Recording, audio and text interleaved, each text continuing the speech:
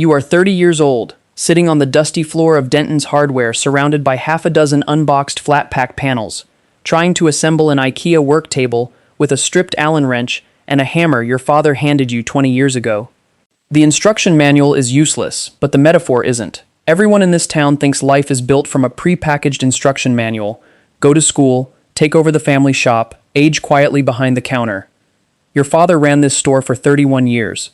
Right now, he is inside behind the register, ticking off rows of brass wood screws on a clipboard for inventory. And in 6 weeks, he is going to walk out here, wipe his hands on his apron, and ask the question that splits your life straight down the middle into two entirely different versions of who you are allowed to be. He's going to look out at the quiet street, clear his throat, and ask, "You want it or you want out?" He means the store. Everyone in this town, from the tellers at the First National Bank to the guys getting oil changes down at the Gulf station, assumes that this hardware store is your entire inheritance, your whole story, and the absolute ceiling of what a Hargrove is ever supposed to become in this valley. That assumption is the single most valuable asset you will ever quietly exploit. You tell him yes. You tell him you want the store. That is the visible answer, the one that makes your mother smile at Sunday dinner and lets the neighbors nod approvingly when you unlock the front door at 7 every morning. But what nobody hears is the second decision, the real decision, made 3 nights later at your laminate kitchen table with a legal pad, a blue ballpoint pen, and a solar calculator. You are going to take the store, but you are also going to buy the entire town around it, not flashily. Not with a ribbon cutting or an announcement in the Weekly Gazette, one tax delinquent lot at a time, quietly, methodically, under a paper name that nobody will ever bother to look up twice. Because normal is not the same thing as free, and being seen as successful is usually the fastest way to make sure you never actually become it. 2 doors down from Denton's sits a shuttered laundromat. The green paint on the trim is peeling off in long strips. The glass front doors are boarded over with faded plywood, and the county has it listed on the back tax roll for $4,200. Nobody in town wants it. The roof leaks over the wash bay, the old industrial dryers inside are nothing more than rusted scrap metal, and everyone over 40 remembers the place failing miserably under 3 separate owners, who all tried to make a go of it and walked away broke. You form a limited liability company with a corporate title so profoundly boring that no state auditor or town clerk will ever ask a follow-up question about it. Thistledown Holdings. Then you buy that ruined laundromat for $4,200 in cold cash. Money you had spent 18 months quietly setting aside from hardware store margins that your father assumed you were saving to put toward a late-model pickup truck. You don't hire a contractor. You don't put up a sign saying under new management. You don't reopen the doors. You let it sit there, dark and boarded up, for 11 straight months while you go up on that flat roof by yourself every single Saturday evening after closing the hardware store. You patch the felt, lay down fresh tar, and seal the seams alone, telling anyone who drives by and rolls down their window that you're just helping out a guy from the next county who picked up the lease. Here is the exact math, laid out entirely plain. The city block where that laundromat sits is 18 months away from a major municipality rezoning vote, a policy shift that will permit mixed-use retail and residential development directly above ground-floor storefronts. You know that vote is coming not because you are a genius, not because you have an uncle on the city council, but because you are the only person in this entire zip code who actually sits in the library basement on Tuesday nights and reads the printed minutes of the Regional Planning Commission. Once that zoning ordinance passes, a decaying brick building that cost you $4,200 and 30 Saturday afternoons of manual labor is formally appraised, 4 years down the line, at $61,000. Not because you renovated the interior, not because you bought marble countertops or painted the facade, but because you possessed a single piece of public information before anyone else found it interesting enough to look for. That is the entire strategy. It isn't brilliant, it isn't complex, and it isn't high finance. It is simply attention, applied privately, long before it becomes profitable for anyone else to pay attention. Otis Reyes does your books.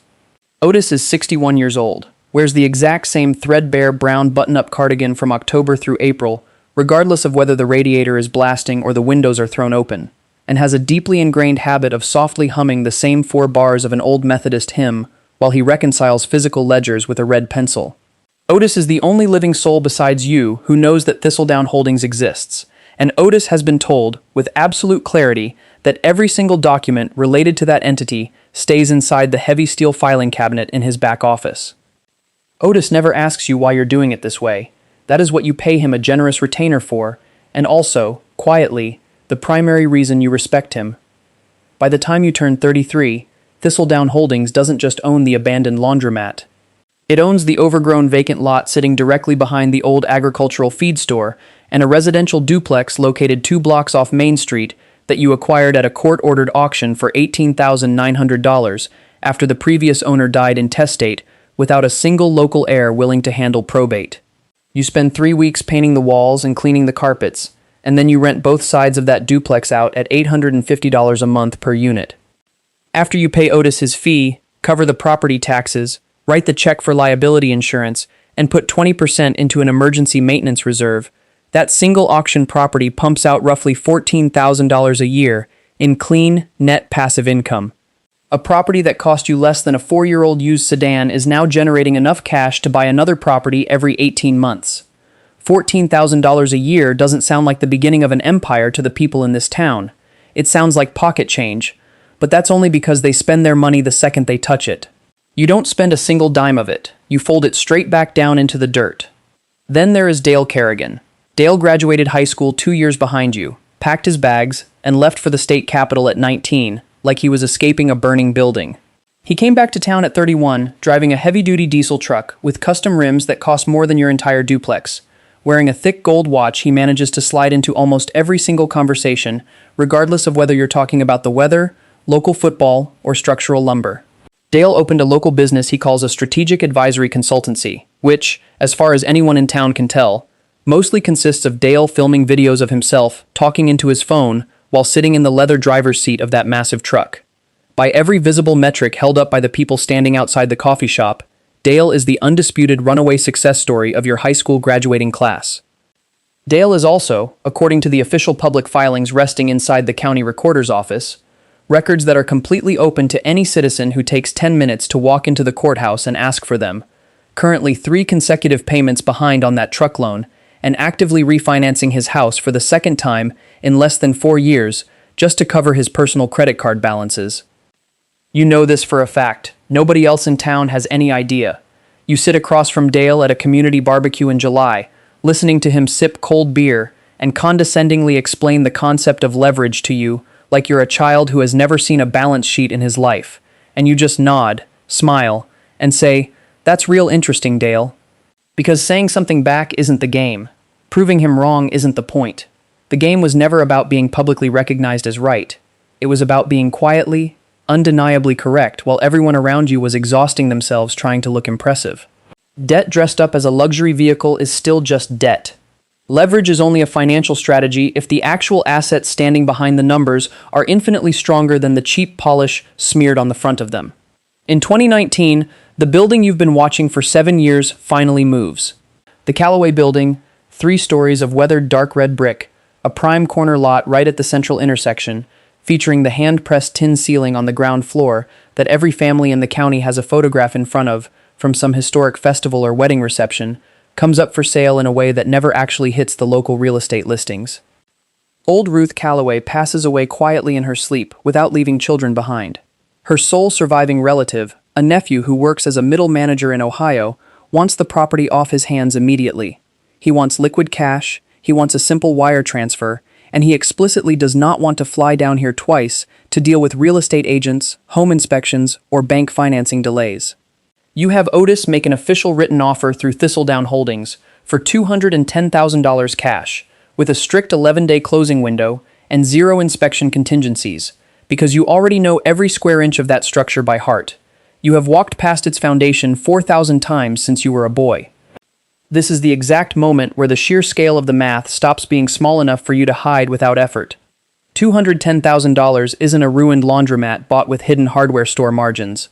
Your wife, Naomi, notices the cash movement across your personal guarantees, because by now you share joint accounts for all the visible, normal parts of your life, and Thistledown Holdings is strictly not one of the visible parts. She sets her coffee down on the counter on a Tuesday night, looks at the bank summary on her laptop, and looks at you. Where did this transfer clearance come from? She isn't shouting. She isn't accusing you of anything malicious. She is just asking the plain, direct way anyone asks about a number that is suddenly way too large to belong in the life you've been describing to her for 7 years. You tell her some of it. You tell her you bought a commercial stake with a business partner. You don't tell her you own the whole thing outright. You don't tell her about the duplex or the vacant lot or the six-figure liquidity sitting in a corporate account 2 towns over. That tiny gap, the dark space between what you choose to utter out loud and what is actually true, is small in that kitchen on a Tuesday night. But gaps like that never stay small. They grow in the dark. Here is the exact tax that the finance books and investment podcasts never talk about, because it's the part of wealth building that refuses to look clean on a spreadsheet. By year 9, Thistledown Holdings quietly owns 6 major properties, over 41,000 square feet of fully occupied, leasable commercial and residential space, and a predictable, net passive income stream sitting well north of $340,000 every single year. On paper, by every metric taught in business school, you have won the game completely.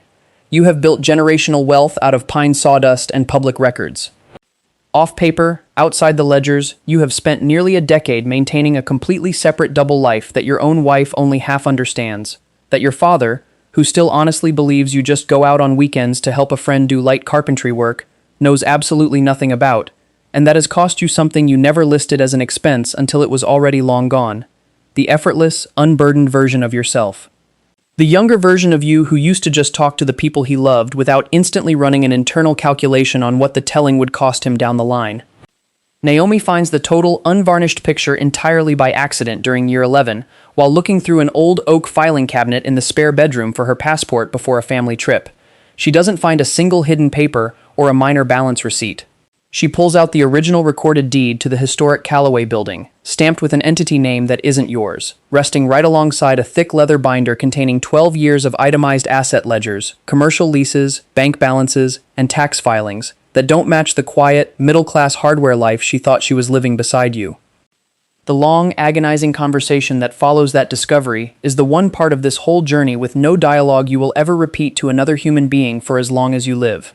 What matters, what stays burned into your brain forever, is what she looks at you and says once the initial wave of shock and anger settles into something far heavier, colder, and quieter. "I didn't marry a landlord," she says, her voice completely steady. "I married a man who was supposed to tell me things." You built a fortune that nobody in your hometown could see, but without realizing it, you also carefully constructed a home with a locked door inside it, a room you had spent 11 years locking from the inside, key in your pocket, assuming you were protecting everyone from a burden they weren't equipped to carry. Money multiplies in complete silence, but distance between two people sitting on the same couch multiplies the exact same way. Otis Reyes is 69 years old now. He is sitting at his desk, carefully clearing out his drawers, reconciling his very last financial ledger before retiring for good. He hums his familiar 4 bars of that old hymn, caps his red pencil, and then, for the absolute first time in 12 years of professional service, breaks the implicit business agreement enough to lean back in his swivel chair and ask you a personal question. "You ever going to tell them?" he asks softly. "All of them?" You stand by his window, looking down at Main Street, and you think about your father. He is 77 now. He still walks down to Denton's Hardware 5 mornings a week, still unlocks the glass door, still honestly believes that the old store is the single biggest thing his son will ever leave behind in this world. You think about the rest of this town, which spent an entire decade admiring Dale Kerrigan's expensive truck, while never once wondering why the quiet, soft-spoken owner of the local hardware store walks past 6 major downtown buildings every single morning without ever stopping to look up at the windows. You turn back to Otis and you tell him that you don't know. And for the first time in your life, that is the literal, unvarnished truth. The money was never the hard part. The compounding interest, the tax codes, the property auctions, the roof repairs, that was just patience and basic arithmetic. Explaining 11 full years of deliberate privacy, calculated omissions, and hidden moves to the people who genuinely believed they knew every single layer of your heart. That is a massive emotional debt that no amount of rental income can ever amortize. It is 2026 now. The wooden bench sitting outside Denton's Hardware is brand new. You personally had it replaced 2 years ago with fresh timber, painted the exact same dark shade of forest green as the old one so nobody would pay attention to the swap. Nobody asked who paid for the lumber or who installed the bolts, because by that time, Thistledown Holdings had quietly purchased the underlying municipal sidewalk easement too. You sit out on that bench most mornings around 6:30, holding a paper cup of coffee that costs $3.40 now. You hold it with both hands, watching the sun come up over the rooftops on Main Street. Your father knows the truth now. He didn't find out through a dramatic confrontation. He found out in slow, natural stages, the way small towns eventually find out everything that happens within their borders. What surprised you wasn't his anger. There was surprisingly little of it. What stunned you was the quiet, reflective way he sat down next to you on this very bench, looked at the brick facade across the street, and said, "You know, I always wondered why you spent so many late nights sitting in the library basement reading those boring planning commission minutes." He had known something was happening far longer than you thought. He had just loved you enough never to force the lock on the door. Naomi stayed. She didn't stay instantly, and she certainly didn't stay easily. But she stayed, under one non-negotiable, permanent condition. Thistledown Holdings stopped being a locked room in your head and became, instead, a simple shared spreadsheet that sat open on the kitchen counter every single month. You handed over the master passwords and keys before she even finished speaking the sentence. Dale Kerrigan finally sold the giant truck last spring. He traded down to a 10-year-old mid-size sedan. Nobody in town really noticed or said anything about it, because nobody in town was ever actually tracking Dale's actual net worth. They were only ever reacting to his shine. You still have no idea what your neighbors think you are worth when you walk down the street to pick up the mail. Sharon at the local post office still smiles from behind the counter and asks you how the store is holding up this season, as if that single hardware building is the entire balance sheet of your existence on Earth. And you still just smile back, place your mail under your arm, and say, "Can't complain, Sharon," because some protective habits outlast the exact financial survival reasons you originally built them for. Here is the one fundamental truth that nobody ever tells you about getting quietly, systematically rich in a small place where everyone thinks they already know your entire story from the day you were born. The money was never the part of the journey that required real courage. The silence was. And somewhere between buying that ruined $4,000 laundromat and acquiring the massive Callaway building, you completely stopped being able to tell whether you had built a lasting financial fortune for your family, or whether you had just gotten dangerously, impossibly good at being entirely alone in a room full of people who loved you. What would it cost you? What would it really, truly cost your soul to build an empire that nobody in your life was ever allowed to see?